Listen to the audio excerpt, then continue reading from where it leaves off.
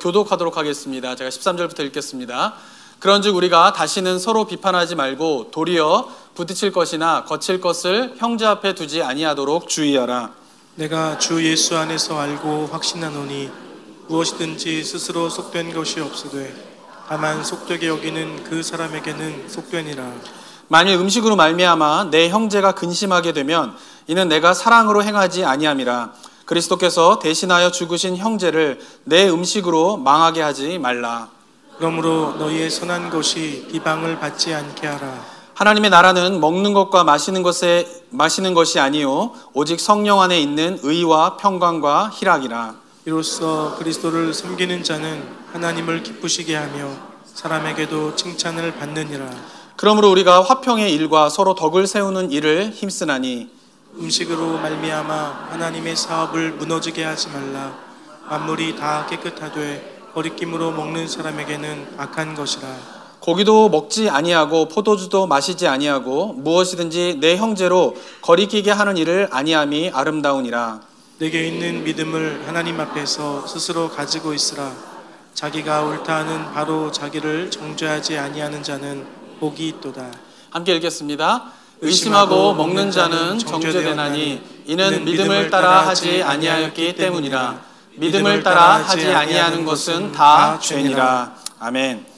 로마서가 쓰여질 당시에 초대교회에는요, 이 고기를 먹는 문제로 서로 갈등이 있었습니다.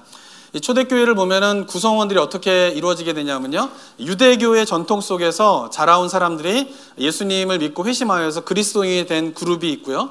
그 다음에 이방인의 전통 가운데에서 지내다가 예수님을 믿고 회심하여서 그리스도인이 된 그룹이 있었습니다. 근데 그룹이 함께 교회 안에서 이제 신앙 공동체로 만나서 생활하다 보니까 나타나는 몇몇 갈등들이 있었는데 그 중에 하나가 뭐냐면 바로 고기를 먹는 문제에 관한 것입니다. 사도 바울은 로마서 14장 한 장 전체를 걸쳐서요, 이 고기를 먹는 문제에 대한 것을 다루고 있습니다. 지난주에는 이제 14장 전반부의 내용을 다루었는데요. 오늘 읽은 본문은 이제 14장 후반부에 해당되는 내용인데 오늘 읽은 본문 속에서도 동일하게 이 고기를 먹는 문제에 관한 이야기를 다루고 있습니다. 유대 전통에 따르면요, 율법에 따르면요, 음식에는요 정한 것이 있고 부정한 것이 있습니다. 그래서 그것을 구별해서 먹어야 됩니다. 부정한 음식을 먹게 되면은 우리가 부정해지기 때문에 그 부정한 음식을 먹지 말 것에 대해서 율법에 보면은, 유대 전통에 보면은 가르치고 있는 것이죠. 그런데 오늘 본문을 보면 사도 바울이 이 유대 전통에 반하는 굉장히 파격적인 선언을 오늘 본문 속에서 하게 됩니다. 14절에 보면요, 한번 읽어볼까요? 시작. 내가 주 예수 안에서 알고 확신하노니 다만 속되게 여기는 그 사람에게는 속되니라. 본문 속에 보면 우리나라 말 번역에는 속된 것 이렇게 번역되어 있는데요, 원문의 의미를 보면 이게 뭐냐 하면은 부정한 것 이렇게 되는 거예요. 그러니까 원문의 의미에 맞춰서 번역을 다시 해본다면은 내가 주 예수 안에서 알고 확신하노니 무엇인지 스스로 부정한 것이 없으되 다만 부정하게 여기는 그 사람에게는 부정하게 되니라 라고 이야기를 하고 있는 것이죠. 그러니까 14절에서 이야기하고 있는 건 뭐냐면은 율법에서 부정하다 이렇게 음식이 이야기하고 있는데 사도 바울은 어떻게 하는 거예요? 이제 음식에는 부정한 것이 없다는 거예요. 이제 부정한 것이 없다라고 이야기를 하고 있는 것이죠. 그리고 또 20절에서 어떻게 이야기하고 있냐면 음식으로 말미암아 하나님의 사업을 무너지게 하지 말라. 만물이 다 어떻다라고요? 깨끗하다라는 거예요. 부정한 것이 더 이상 없다라고 선언을 하고 있습니다. 그래서 사도 바울이 이야기를 하면서 이것이 내 이야기가 아니라 예수 그리스도의 이야기입니다라고 강조하면서 14절 전반부에서 이야기하고 있는 것은 뭐냐면 내가 주 예수 안에서 알고 확신하노니 하면서 어떻게 해요? 속된 것은 없다라는 거예요. 부정한 것은 없다라고 이야기를 하고 있는 것이죠. 그러니까 이것은 나의 말이 아니라 누구의 뜻이라는 거예요? 예수 그리스도의 뜻입니다라고 이야기를 하고 있는 것입니다. 자, 한번 생각해 봐야 할 것은 왜 구약의 율법에서는 부정한 것이 있는데 왜 예수님은, 사도 바울은 이제 더 이상 부정한 것이 없다라고 선언하고 있느냐라고 하는 것이죠. 마치 이것이 이렇게 상충되는 것 같은 그런 느낌을 받을 수가 있습니다. 자, 그런데 율법에서 부정하다 했지만 이제 바울과 예수 그리스도께서 모든 음식은 부정한 것이 없다라고 한 이유는 무엇 때문이냐면 바로 예수 그리스도의 십자가 사건 때문에 그런 것이에요. 우리가 율법을 볼 때 좀 주의해야 될 것이 있는데요, 그것은 뭐냐면은 율법에서 이것은 부정하다, 정하다 이야기하고 있는 이유는 그 존재 자체가 더럽다, 깨끗하다를 이야기하는 것은 아니라는 것이에요. 율법에 보면 분명히 돼지고기는 어떻습니까? 부정하다고 돼 있어요. 근데 돼지고기가 부정한 이유는, 돼지가 부정한 이유는 그 돼지 자체가 더럽다 이런 의미를 갖고 있는 게 아니라는 것이죠. 왜냐하면 하나님께서 온 우주 만물을 만드시고 난 다음에, 그 온 우주 만물을 만드시고 난 다음에 그 만물을 향하여서 하나님께서 말씀하신 게 뭐예요? 심히 보기에 좋았더라는 거예요. 다 어떻게 하라는 거예요? 퍼펙트하다는 거예요. 하나님 보기엔 다 어떻게 해요? 선하다라는 거예요. 그런데 율법에서는 왜 돼지고기는 부정하다라고 하냐면은 그 돼지 자체가 부정한 것이 아니라 성경에서 율법에서 이야기하는 정하다 부정하다의 개념은 하나님께 제사를 드리기에 적합하다 안 적합하다의 의미인 것이에요. 존재 자체적으로 본질적으로 더럽다, 이거는 부정하다 그런 게 아니죠. 만약에 그런 의미이다라고 하면 구약이나 신약이나 동일하게 돼지고기는 뭐예요? 먹지 말아야 되는 거예요. 그죠? 그런데 구약에서는 안 먹다가 신약에서는 먹는 이유는 무엇 때문이냐면은 율법에서 정하다 부정하다라고 하는 것은 그 존재 자체가 더럽다라는 의미가 아니라 이것은 하나님께 드리기에 제사에는 적합하다. 그럼 뭐예요? 정한 거예요.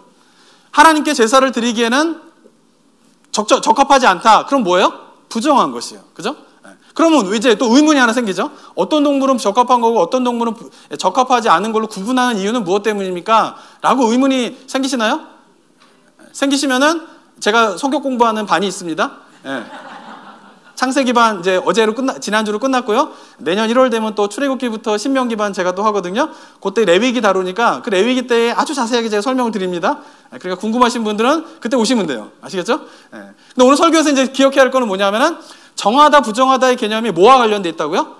하나님께 드리는 제사와 관련돼 있다라는 거예요. 자, 그런데 제사에 적합한 것은 정한 거, 제사에 부적합한 것은 부정한 거 이렇게 정했는데 예수 그리스도가 십자가에 못 박혀 죽으심으로 말미암아 더 이상의 제사가 필요가 없게 된 것이에요. 더 이상의 제사는 어떻게 해요? 필요가 없어요. 왜? 예수 그리스도가 제물이 되셔서 십자가에 못 박혀 죽으심으로 온전한 완벽한 제사를 드렸기 때문에 성경에서는 어떻게 이야기하고 있습니까? 더 이상의 제사는 필요가 없다라는 거예요. 그렇기 때문에 제사와 관련된 정하다 부정하다의 음식도 더 이상 예수 그리스도의 십자가 사건 이후로는 어떤 거예요? 의미가 없어지게 된다라고 하는 것이죠. 그래서 뭐예요? 고기를 먹어도 된다라는 거예요. 부정한 것은 없다라는 거예요. 그러니까 사도 바울이 지금 어떻게 이야기하고 있냐면은 고기를 먹는 문제에 대한 거를 율법의 근거에서 옳다 그르다의 문제와 더불어서 이것이 전통과 관련된 서로 다름에 대한 문제에 대한 것들을 이야기하고 있다라고 하는 것이죠. 이것이 제가 지난주에 말씀드린 내용인 것입니다. 자, 그런데 기억해야 할 것은 사도 바울이 단순하게 14장에서 고기를 먹느냐 안 먹느냐의 문제를 다루는 것이 아니라 그거를 다루면서 우리 그리스도인들이 신앙생활 속에서 중요하게 판단해야 할 신앙적 원리가 무엇인가에 대한 이야기를 하고 있는 것이죠. 그 첫 번째가 무엇이냐면 바로 14장 8절에 나와 있는 것인데 한번 읽어볼까요? 시작. 우리가 살아도 주를 위하여 살고 죽어도 주를 위하여 죽나니 그러므로 사나 죽으나 우리가 주의 것이로다. 첫 번째로 가져야 될 기준이 뭡니까? 우리가 어떤 행동을 할 때에 또는 어떤 행동을 안 할 때에 행동을 하든지 안 하든지 그 이유가 무엇 때문이어야 된다고요? 주를 위한 것이어야 된다는 것이에요. 만약에 주를 위하여서 하겠다 그러면은 괜찮다라는 거예요. 내가 만약에 주를 위하여서 안 하겠다 그러면 어떻게 해요? 그것도 괜찮다라는 거예요. 그래서 고기를 먹어도 되고 안 먹어도 된다고 사도 바울이 이야기하고 있는 것이죠. 왜? 고기를 먹는 사람도 지난주에 말씀드렸지만은 왜 고기를 먹습니까?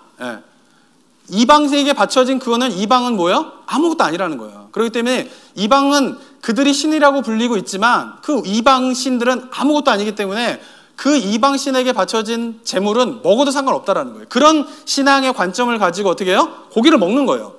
이것도 뭐를 위해서 먹는 거예요? 주를 위해서 먹는 거죠. 고기를 안 먹는 사람은 왜 안 먹습니까? 혹시라도 이거에 신전에 바쳐진 고기일 수 있는데 그것을 먹는 날에 내가 부정할 수 있으니까 나는 하나님 앞에서 정결함을 유지하기 위해서 고기를 안 먹습니다 라고 해서 안 먹는다라는 거죠. 이것도 무엇 때문에 고기를 안 먹는 거예요? 주를 위해서 안 먹는다라는 거예요. 그러니까 내가 판단할 때 이것이 주를 위한 것이다 라고 하면 해도 되고 이것이 주를 위해서 안 해야 된다 생각하면 안 해도 된다라고 하는 것이죠.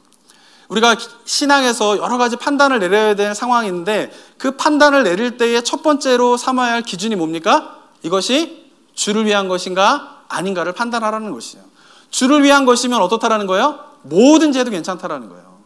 할렐루야. 이게 복음의 기쁨이죠.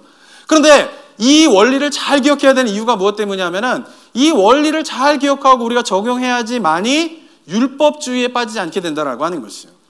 율법주의라고 하는 게 뭡니까? 율법에는 본래 하나님께서 그 율법을 주신 의도가 있어요. 의미가 있어요. 그런데 그 율법의 본질적인 의미는 모른 채 그냥 뭐예요? 율법에 있으니까 따라가는 거예요.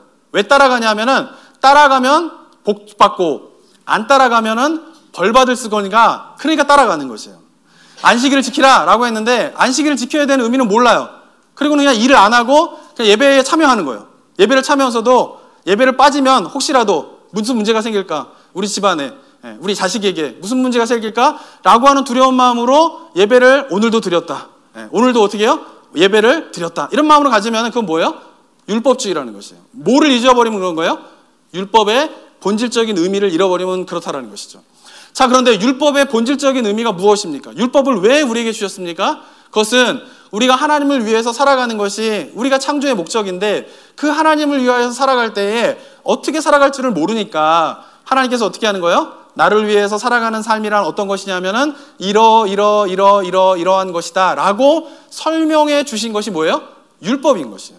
그러니까 율법의 본질적인 의미는 뭐예요? 주를 위해서 살아가는 것이에요. 주를 위해서 살아가는 것. 자, 그렇기 때문에 우리가 어떠한 것을 판단할 때에, 행동을 할 때에 이것이 주를 위한 것인가 아닌가를 판단해서 주를 위한 것이면 하고 주를 위하지 않은 것이면 어떻게 해요? 안 하고 그렇게 살면 우리는 뭐를 지키는 삶을 살아갈 수 있는 거예요? 율법을 지키면서 살아갈 수 있는 삶을 살아가게 된다라고 하는 것이죠. 그러니까 그 율법을 지키면서 살아가는 가장 중요한 원리 중에 하나는 뭐냐면은 주를 위한 것이냐 아닌가를 판단하면서 행동하라라고 오늘 본문에서 이야기를 하고 있는 것입니다. 자, 사랑하는 성도 여러분, 우리는 자유롭습니다. 어떻게 해야 돼요? 이걸 잘 기억해요. 주를 위한 것이면은 뭐를 해도 된다. 저는 이 가르침이, 이 말씀이 우리 성도님들에게 기쁨이 되길 원합니다. 왜냐하면은 제가 교회를 다니다 보니까요, 율법주의적인 삶에 매여서 신앙생활 하시는 분들이 의외로 많아요. 예수님을 믿는데 자유롭지 않아요. 예수님을 믿는데 뭔가 불편해요. 율법을 읽으면 기쁜 게 아니라 율법을 읽으면 부담이 돼요. 올무가 돼요. 이걸 또 어떻게 지키지? 또 이걸 어떻게 해야 되지? 막 이런 마음으로 신앙생활 하시는 분이 너무나 많이 있어요. 그런데 오늘 본문을 통해서 기억하셔야 할 것은 뭡니까? 그리스도인의 삶에는 뭐가 있는 거예요? 주를 위한 것이면은 다 괜찮다라는 거예요. 뭐를 선포하고 있어요? 바울이 자유함을 선포하고 있다라고 하는 것입니다. 이 자유함을 누릴 수 있는 우리 성도님들 되시길 주님의 이름으로 축원합니다. 자, 그런데 이 바울이 자유함에 대한 이야기, 고기를 먹는 것에 대해서 신학적인 이야기, 자유함에 대한 이야기를 하다가 이 자유함으로 인하여서 발생할 수 있는 문제에 대해서도 이야기를 합니다. 그게 어디냐면 15절, 16절에 나와 있어요. 15절 한번 다시 한번 읽어볼까요? 시작. 만일 음식으로 말미암아 내 형제가 근심하게 되면 그리스도께서 대신하여 죽으신 형제를 내 음식으로 망하게 하지 말라. 16절 읽겠습니다. 시작. 그러므로 너희의 선한 것이 비방을 받지 않게 하라. 우리나라 성경에서는 15절에서 내 형제를 내 음식으로 망하게 하지 말라 이렇게 되어 있는데 원문에 보면요 굉장히 더 강력한 단어를 사용하고 있어요. 그냥 망하게 되는 게 아니라 파괴하지 마라, 디스트로이 하지 마라 이런 의미를 가지고 있어요. 그러니까 음식으로 말미암아 내 형제를 디스트로이 하지 말라 이런 의미가 있는 것이죠. 그 말은 무슨 말이냐면 형제가 어떻게 해요? 음식으로 말미암아 넘어지게 되는 일이 생겨서는 안 된다라고 이야기를 하고 있어요. 그리고 16절에서도 그러므로 너희의 선한 것이 비방을 받지 않게 하라 이렇게 우리나라 말로는 번역이 되어 있는데 원문의 의미를 보면은 비방하지 말라 이게 뭐냐면은 신성모독이 되지 않도록 하라 이런 의미예요. 무슨 말이냐면은 내가 자유예요. 내가 고기를 먹든지 안 먹든지 자유예요. 그런데 고기를 먹어요. 그런데 어느 교회 성도님들 가운데에 고기를 먹지 않아야 된다라고 생각하는 사람이 고기를 먹는 모습을 보고 넘어지게 되면 그것이 걸림돌이 되게 되면 어떻게 하라는 거예요? 먹지 말라라는 거예요. 형제가 걸림돌이 됨에도 불구하고 고기를 먹는 일을 계속한다라고 하면 그것이 뭐가 된다라는 거예요? 신성 모독이 된다라는 거예요. 그러니까 단순히 비방을 받지 말라. 그러니까 다른 사람들로부터 이렇게 비난을 당하지 말도록 해라 이런 의미가 아니라 만약에 내 자유함으로 말미암아 교회의 형제가 넘어지게 되면 그것이 뭐라는 거예요? 신성 모독이라는 것이죠. 성경에서 신성 모독이 얼마나 큰 죄입니까? 하나님을 모독하는 죄는요 반드시 심판을 받게 돼 있어요. 그런데 성경에서 지금 뭐라고 이야기하고 있냐면은 그 하나님을 신성 모독하는 그것과 무엇이 똑같다라는 거예요? 내 자유함으로 말미암아 형제를 넘어뜨리게 하는 것이 똑같은 죄이다라고 이야기를 하고 있는 것이죠. 그러니까 사도 바울이 이야기하는 중요한 신앙의 두 번째 원리가 뭡니까? 사랑의 원리를 기억해야 된다라고 하는 것이에요.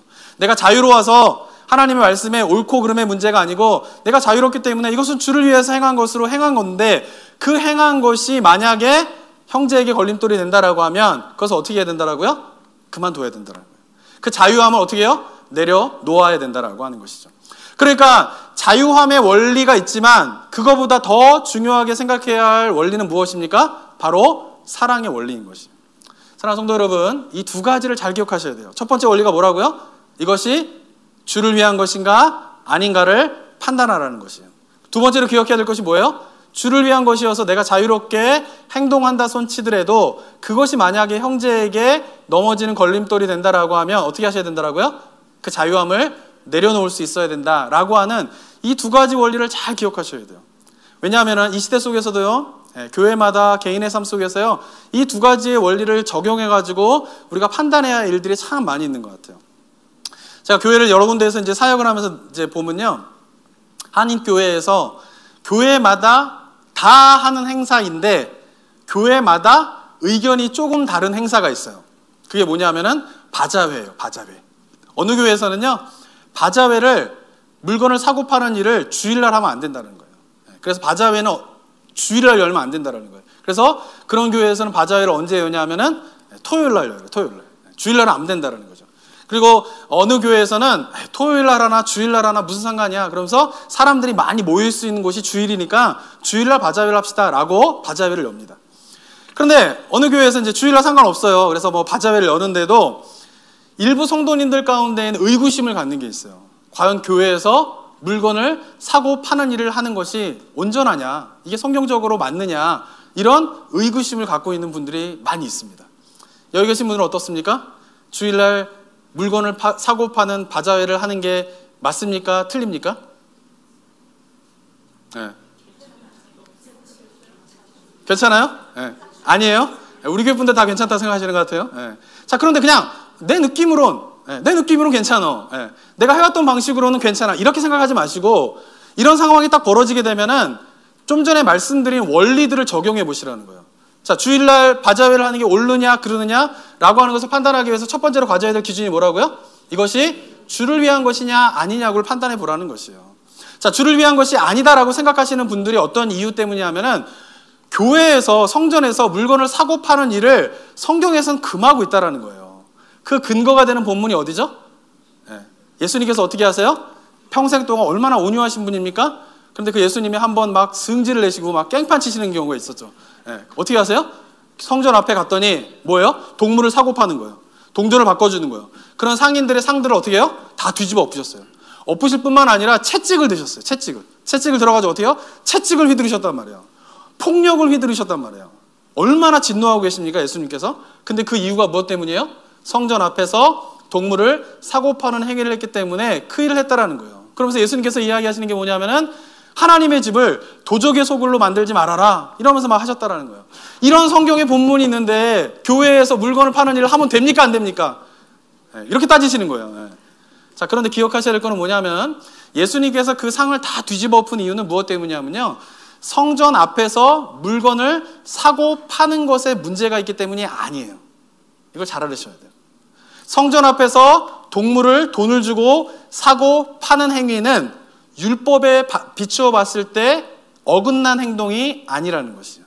왜냐하면 신명기 14장에 보면 이렇게 기록되어 있는데요, 24절에 보면은 그러나 내 하나님 여호와께서 자기의 이름을 두시려고 택하신 곳에 내게서 너무 멀고 행로가 어려워서 내 하나님 여호와께서 그 풍부히 주신 것을 가지고 갈 수 없거든. 이 말이 무슨 말이냐면은 하나님은 언제나 어떻게 해요? 성전, 성막을 지정해 놓으셨어요. 거기에서만 가서 예배를 드려야 돼요.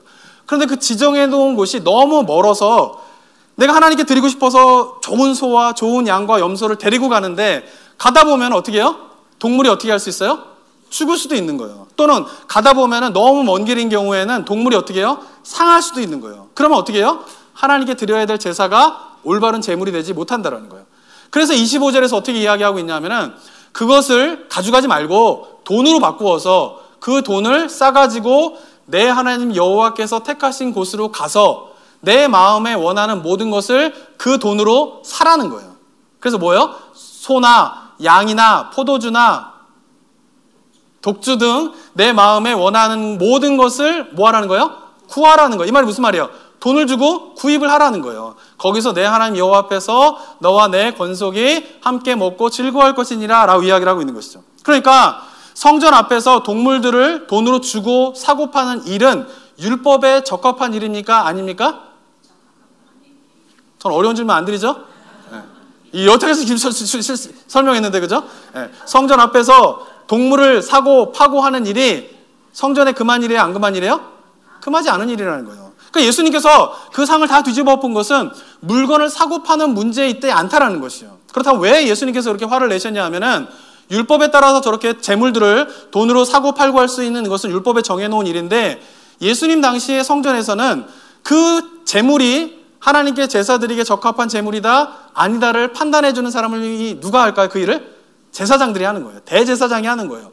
그런데 이거는 적합합니다, 안 적합합니다 할 때에 적합한 게 정말 좋아서 적합하고 부적합하다고 하는 게 안 좋아서 부적합한 게 아니라 뭐가 있을까요? 뒷돈 거래가 있는 거예요. 대제사장에게 물건을 파는 사람이 돈을 가져다 주는 거예요. 그러면 그 사람이 파는 모든 동물은 뭐예요? 제사를 드리기에 적합한 재물이 되는 거예요. 그 다음에 돈을 안 갖다 주는 사람이 있어요. 그러면 그 사람이 파는 재물은 좋은 소와 양이라 할지라도 어떻게 해요? 그 앞에서 물건을 팔 수고 재물로 팔 수가 없게 되는 것이죠.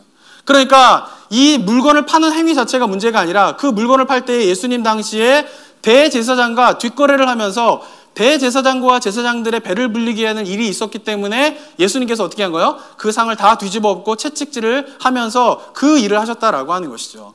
하나님의 집을 도적의 소굴로 만들지 말라라고 이야기하는 것은 누구를 향하여서 외치는 하나님의 외침이십니까? 바로 대제사장들이다라고 하는 것이죠. 자, 그러면 교회에서 물건을 사고 파는 이 바자회를 하는 것은 성경적으로 맞지 않습니다 라고 하는 근거가 되는 이 본문을 가지고 그렇게 이야기하는 것은 맞을까요? 틀릴까요?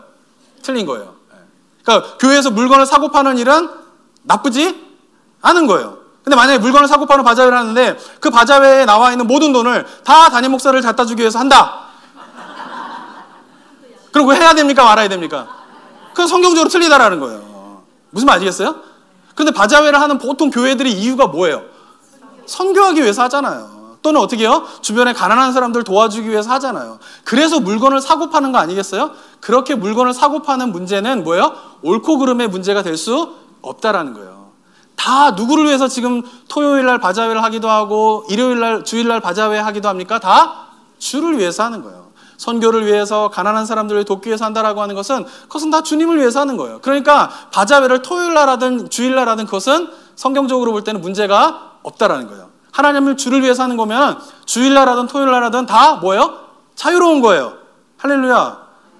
그런데 주일 날에 바자회를 하는 게 자유로운 일이면 틀림없지만 그 것으로 말미암아 아직까지 신앙이 연약하고 주일날에는 돈을 쓰면 안 된다라고 하는 전통 속에서 신앙생활하고 있는 분이 만약에 교회에서 그 일을 하는 것으로 말미암아 상처를 받아서 넘어지고 교회를 떠나는 일이 생긴다라고 하면 교회 입장에서는 율법으로 틀린 것도 없고 이것은 하나님 앞에서 자유로운 일이지만 그 일을 해야 됩니까? 말아야 됩니까? 하지 말아야 된다는 거예요. 그러니까 느낌으로 그냥 이건 해야 돼, 말아야 돼 라는 게 아니라 이렇게 하나씩 뭐예요? 이게 주를 위한 것인가? 그리고 누군가에게 상처가 되지 않는 일인가를 따져보면서 우리가 신앙적인 판단을 하는 것이 굉장히 중요하다라고 하는 것이죠. 제가 어떤 교회에서 사역할 때요, 어느 권사님이 계셨는데 너무 좋으신 권사님이셨어요. 신앙도 좋고 겸손하시고. 근데 그분이 어느 날 명품백을 메고 주일 예배를 참석한 적이 있습니다. 아주 비싼. 왜 그렇게 가르치셨냐면은 딸이 엄마가 이제 환갑이 됐으니까 환갑 선물로 아주 비싼 명품백을 선물해 준 거예요. 그래서 명품백을 딱 메고 주일 예배를 참석했어요. 그날은 아무 일이 없었습니다. 근데 주중에 말들이 돌기 시작했어요. 무슨 말이 돌았냐면은 뭐 권사님 뭐 저렇게 비싼 백을 메고 교회를 오고 그래. 저게 신앙에 뭐 괜찮은 거야? 막 이러면서 뭐 어떻게 해요? 얘기를 하기 시작했어요. 그 얘기를 들으고서 어때 뒷담화 한 거죠 또? 뒷담화 하면 안 돼요. 뒷담화. 뒷담화. 잘 발음을 잘 하셔야 됩니다. 그러니까 어떻게 해요? 이분이 막 상처를 받았어요. 그런 얘기를 저한테 막 하시는 권사님을 제가 만난 적이 있어요. 자, 질문 드리겠습니다. 권사님이 비싼 명품 가방을 메고 주일날 오는 것이 맞습니까? 틀립니까? 느낌상으로 하지 말고 이제 어떻게 하셔야 돼요? 내 느낌으로는 어떻게 해요? 나는 그런 게 꼴 보기 싫어. 그러니까 싫은 거야. 이렇게 하지 마시고, 자, 뭘 따져봐야 돼요? 처음으로 이게 성경적으로 옳으냐 그르냐를 따져봐야 되죠. 자, 명품백을 메고 오는 것이 그르냐 옳으냐가 성경에 기록되어 있습니까? 없어요. 예. 그리고 물건을 사는 문제에 대한 거는 현대 자본주의 사회가 발달되면서 일어난 일이기 때문에 성경이 기록될 당시에는 그 물건을 사고 파는 일에 대한 어떤 지침이 그렇게 명확하게 나와 있지는 않습니다. 그런데 한번 찾아봐야 될 것은 물건과 관련돼 가지고 성경에 나와 있는 중요한 지침 중에 하나가 있어요. 그것은 뭐냐면은 욕심과 탐심을 부려서는 안 된다라는 거예요. 성경은 분명하게 욕심과 탐심은 죄라고 이야기를 하고 있습니다. 그래서 그리스도인이 되면은 욕심과 탐심을 끊어야 된다라고 성경에서 가르치고 있는 것이죠. 자, 그거를 이 시대의 자본주의 사회로 끌어온다라고 하면은 욕심과 탐심의 다른 언어, 이 시대 속에서의 다른 언어는 뭘까요? 그것은 저는 사치라고 생각을 해요. 사치. 사치하면 안 된다라는 거예요. 사치하는 것은 그리스도인에게 올바르지 않다라고 하는 것이죠. 자, 그럼 또 문제가 생기죠. 누구에게는 어떻게 해요? 명품백이 사치이지만 누구에게는 뭐요? 명품백이 사치가 아닌 경우가 있죠. 왜? 우리는 자본주의 사회를 살고 있기 때문에 서로의 소득이 다 달라요. 경제적인 수준이 다 다르기 때문에 그 다른 것 속에서 누구에게는 일상용품인 것이 누구에게는 뭐가 될 수 있어요? 사치가 될 수 있다라고 하는 것이죠. 제가 여러분들이 말씀드리고 싶은 건 뭐냐면 성경적인 중요한 원리는 뭐냐면요. 자신이 판단해 봤을 때 자기의 경제적인 수준에서 사치를 원하신다. 정말 주님이 기뻐하지 않는 일이세요. 그걸 먼저 받아들이시기 바랍니다. 그런데 생각하죠. 이건 나는 사치가 아니야. 그럼 하셔도 돼요. 무슨 말? 이게 굉장히 중요한 원리인 거예요. 그렇게 자유로우시라는 거예요. 자, 그러면은 만약에 제가 질문 드리겠습니다. 저 같은 사람이 벤츠를 몰고 다니면 목사인 제가 사치입니까? 아닙니까? 잘하시네요. 일부는 좀 헷갈려 하시더라고요. 일부 예배 때는 제가 벤츠를 몰고 다니면 사치입니까? 아닙니까? 대답이 안 나오세요. 제가 알려드렸어요. 제가 벤츠를 몰고 다니면 저는 사치예요. 분명하죠.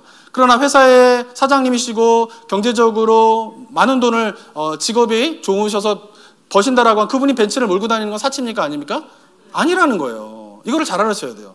근데 교회에서 자꾸 실수하는 게 뭐냐면은 똑같은 잣대로 모든 사람을 판단해 버리는 거예요. 근데 이 자본주의 사회에서 우리가 어떻게 신앙생활을 이 자본주의의 분배의 문제도 있고 소득의 차이에 대한 문제도 있고 그 속에서 우리가 어떻게 그리스도인의 삶을 살아가야 하는가는 우리가 굉장히 많은 고민을 해야 되는 문제입니다. 성경에서 일괄적으로 이야기하고 있지 않기 때문에. 그렇기 때문에 그런 거를 받아들이는 게 굉장히 중요하다는 것이에요. 제가 요즘에 스타벅스에 가서 커피 한 잔을 마시면 사치일까요? 아닐까요? 이건 좀 헷갈리시나 보네요. 일부에서는 이거는 바로 나왔는데 제가 스타벅스 한 잔 커피 마시는 게 저한테 사치일까요? 아니에요. 예. 저희 교회 그렇게 쫀쫀하지 않아요. 제가 커피 한 잔 마실 수 있는 정도의 사례비는 저한테 충분히 주고 계세요. 저희 교회 얼마나 좋은 교회인데요. 저한테 있어서 스타벅스 커피 한 잔 마시는 건 사치가 아니에요. 그런데 십몇 년 전에 제가 처음에 유학을 왔을 때는 스타벅스 가서 커피 한 잔 마시는 게 저한테는 사치였어요. 그래서 제가 갔던 곳은 던킨이었어요. 그때 당시 던킨이 스타벅스 커피보다 한 1불 정도가 쌌어요. 제가 보스턴 쪽에서 공부를 했었는데 거기는 이제 그 커피가 한 스타벅스보다 1불 정도 쌌는데 막 이만한 큰 데다가 막 커피를 줘요. 그럼 그거 하루 종일 마시는 거예요. 그래서 제가 공부했던 유학생들 중에서 목사님, 전도사님 중에서 스타벅스파와 던킨파가 있었어요. 그래서 던킨파에 속해 있던 전우와 몇몇 목사님들은 스타벅스 커피를 마시는 목사님들과 전도사님을 향하여서 저 부르주아 인간들 이렇게 했어요. 저한테는 사치였어요. 그런데 지금은 뭐예요? 그거는 사치가 아니라는 거죠. 그러니까 사람들에 따라서 이 자본주의 살고 있는 이 시대 속에서 서로의 경제적인 차이가 다르다라고 하는 것을 인정하면서 가야 되는 것이에요. 근데 중요한 건 뭐예요? 본인이 판단을 하셔야 돼요. 본인에게 있어서 이것이 사치인가 아닌가. 본인에게 있어서 이것이 탐욕인가 욕심인가. 이걸 판단하셔야 돼요. 그래서 어떻게 해요? 세상이 쫓는 대로 다 쫓아갈 것이 아니라 하나님께서 탐심과 탐욕을 금하시고 계시다라고 하는 것을 기억하면서 이것이 나에게 사치인 경우는 하지 않으셔야 된다는 거죠. 그건 주님을 위한 것이 아니라는 것이죠. 자, 그런데 제 경제적인 상황 속에서 명품백을 메고 교회에 오는 것은 사치가 아니라 일상적인 생활이라 할 수 있어요. 그러면 메고 오세요. 괜찮아요. 여기까지는 괜찮아요. 그 다음 원리가 뭘까요? 만약에 근데 어떤 성도님들 가운데에 검소함이 되게 신앙의 중요한 원리라고 생각하시는 분이 계시고 최근에 경제적으로 너무 힘든 가운데에서 고생하고 기도하고 있는 분이 만약에 상대적인 박탈감 때문에 그 명품백을 메고 오는 것에 대해서 상처를 받아서 교회를 떠나게 되는 일이 생기게 된다. 그런 일이 생기면 어떻게 하셔야 됩니까? 명품백을 메고 오지 않으셔야 된다는 거예요. 잘 들으셔야 돼요. 졸다 깨신 분들 지금 이 교회는 명품백 메고 오면 안 되는 교회거든 이렇게 생각하시면 안 된다는 거예요.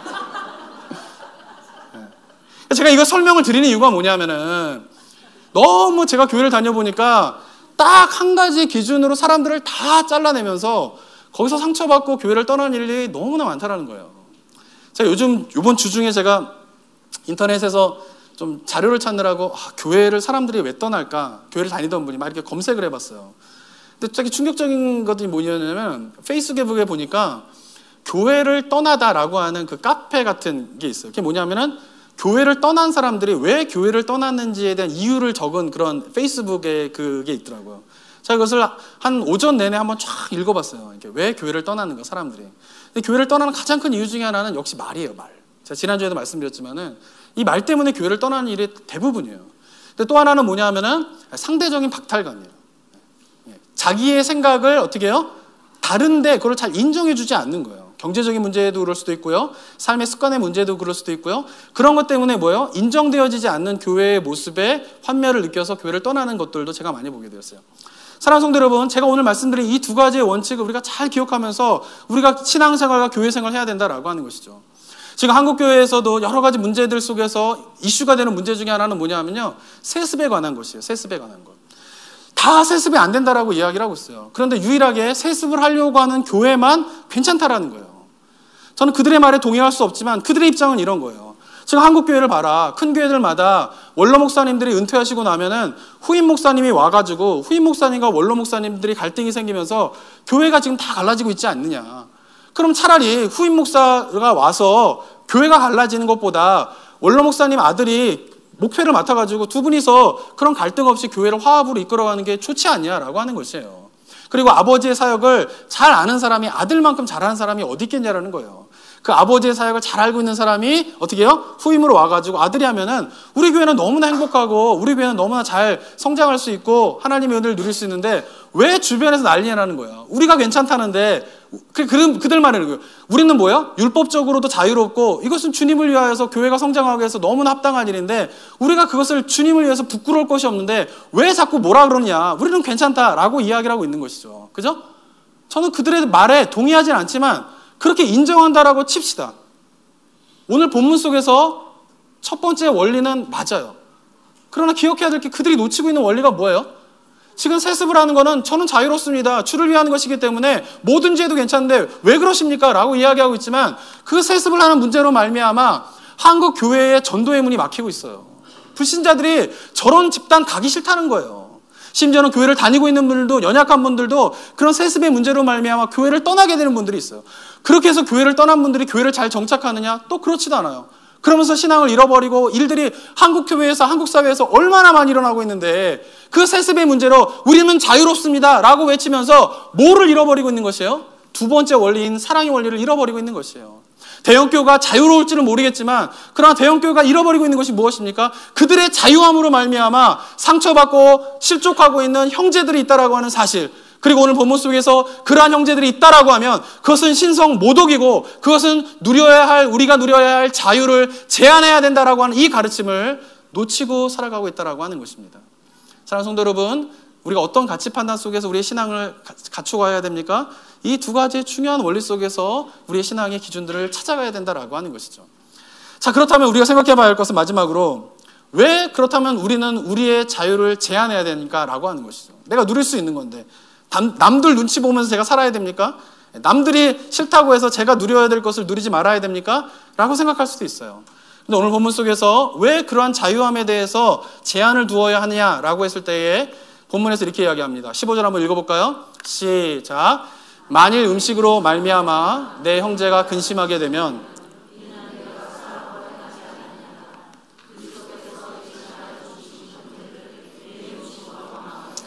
왜 우리가 우리의 자유를 제한해야 됩니까? 그 자유로 말미암아 만약에 한 형제가 넘어진다면, 여기서 말하는 건요 그냥 삐지는 건 아니에요. 구분을 잘 하셔야 돼요. 그냥 삐지면 삐지는 대로 다 쫓아다니면서 해야 되느냐? 삐지는 거는 여기서 말하는 게 아니에요. 그냥 삐지고 조금 마음 상하고 그런 건 어떻게 해요? 가서 미안하다 그러고 이해해 주십시오. 그리고 어떻게 설명해 주고 달래주고 품어주고 그러면 되겠네요. 근데 여기서 말하는 건 뭐냐면 아예 신앙을 잃어버리는 거예요. 교회를 떠나버리는 경우예요. 그런 일이 생기는 일이 있다면 자유를 제한해야 된다는 거예요. 왜 자유를 제한해야 됩니까? 그렇게 실족한 그 영혼을 위하여서 죽으신 분이 계시다라는 거예요. 그분이 누구예요? 예수 그리스도인 것이죠. 예수 그리스도가 십자가에 못 박혀 온 피를 흘리면서 죽으셨는데 그 죽으신 이유가 무엇 때문이냐? 바로 그 실족한 그 한 형제 때문에 죽으셨다라는 것이에요.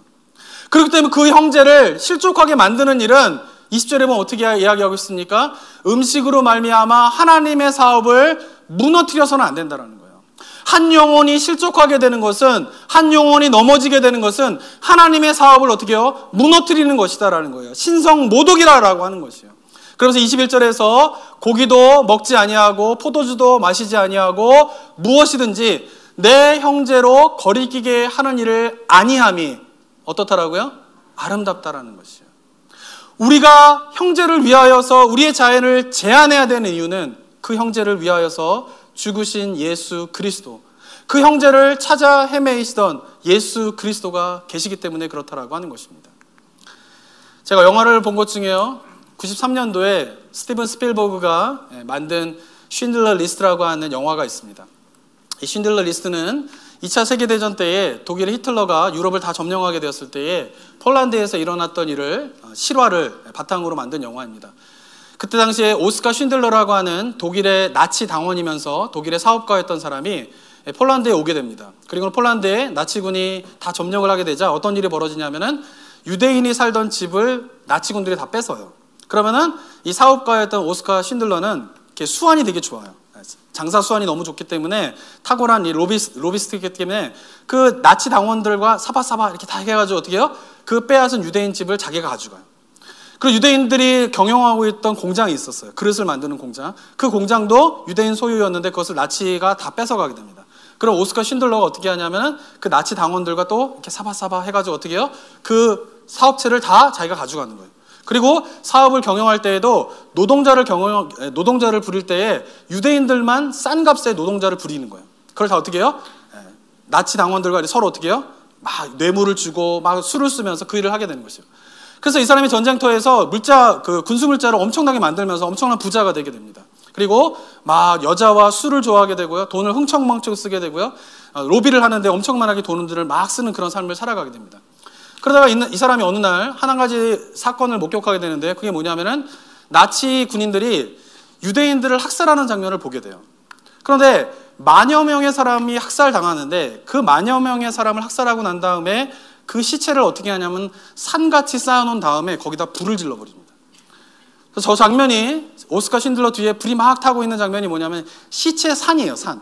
근데 그 시체 산을 불살라가지고 불이 막 타는 장면을 오스카 쉰들러가 보게 됩니다.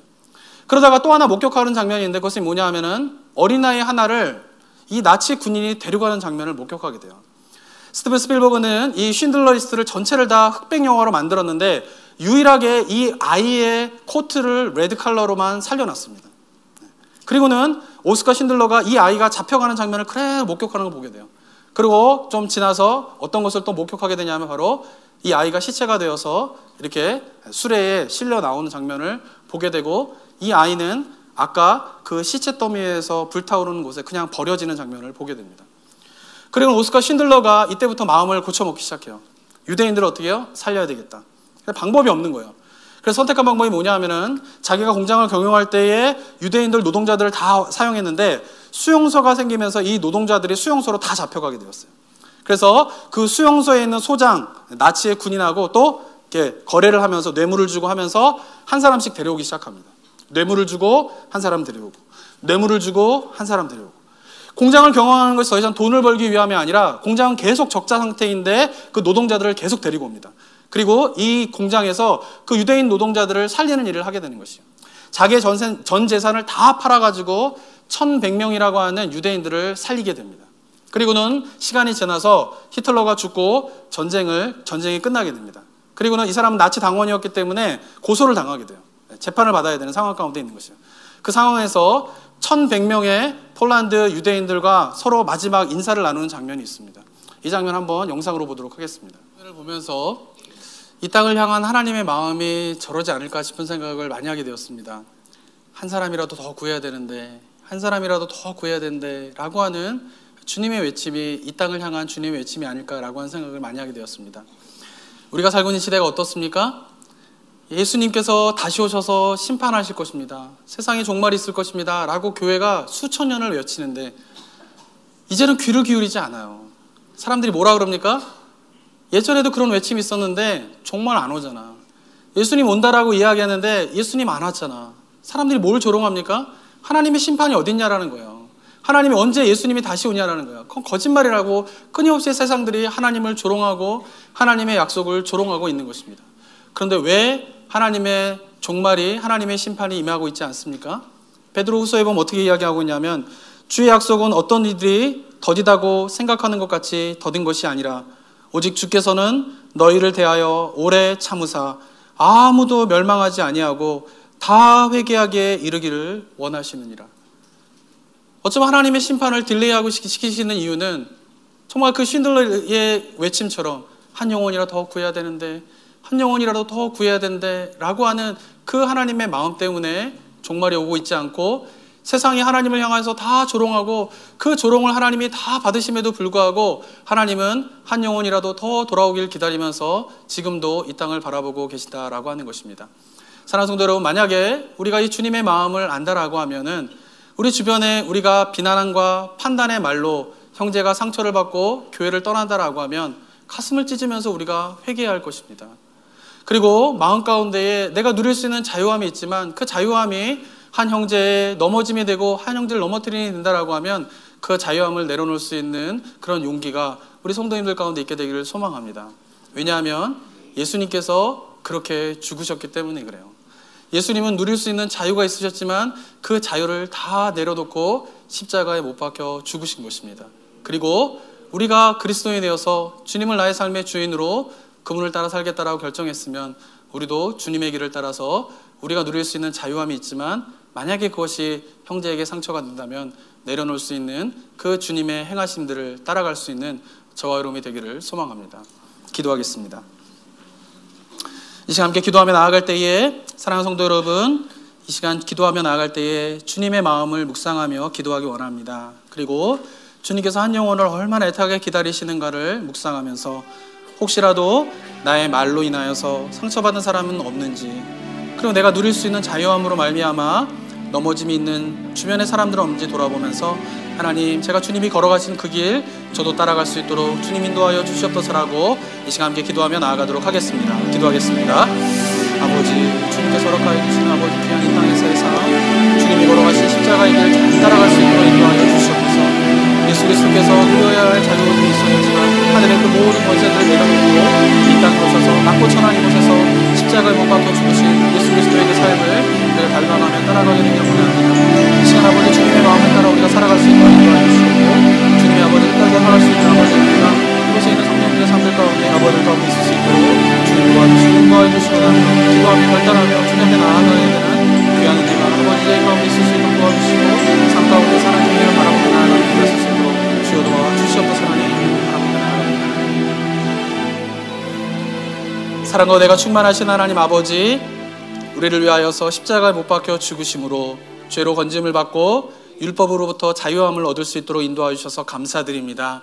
사랑하는 우리 성도님들, 그리스도의 복음 안에서 우리가 누려야 할 그 자유함들을 마음껏 누리는 은혜 있을 수 있도록 주님 도와 주시옵소서. 그러나 혹시라도 그 자유함으로 말미암아 우리 주변에 있는 형제 자매들이 상처받고 넘어짐이 있다라고 하면은 그 자유함을 또 내려놓을 수 있는 용기와 주님의 십자가의 길을 따르겠다라고 하는 그 귀한 마음을 가질 수 있도록 주님 은혜 허락하여 주시옵소서. 그래서 주님께서 십자가에 못 박히심으로 구원하신 한 영혼 한 영혼들을 교회가 잃어버리는 아픔의 역사가 반복되지 않도록 주님 우리를 붙잡아 주시고 결단하게 하여 주시옵소서. 감사드립니다. 예수 그리스도의 이름으로 기도드립니다. 아멘.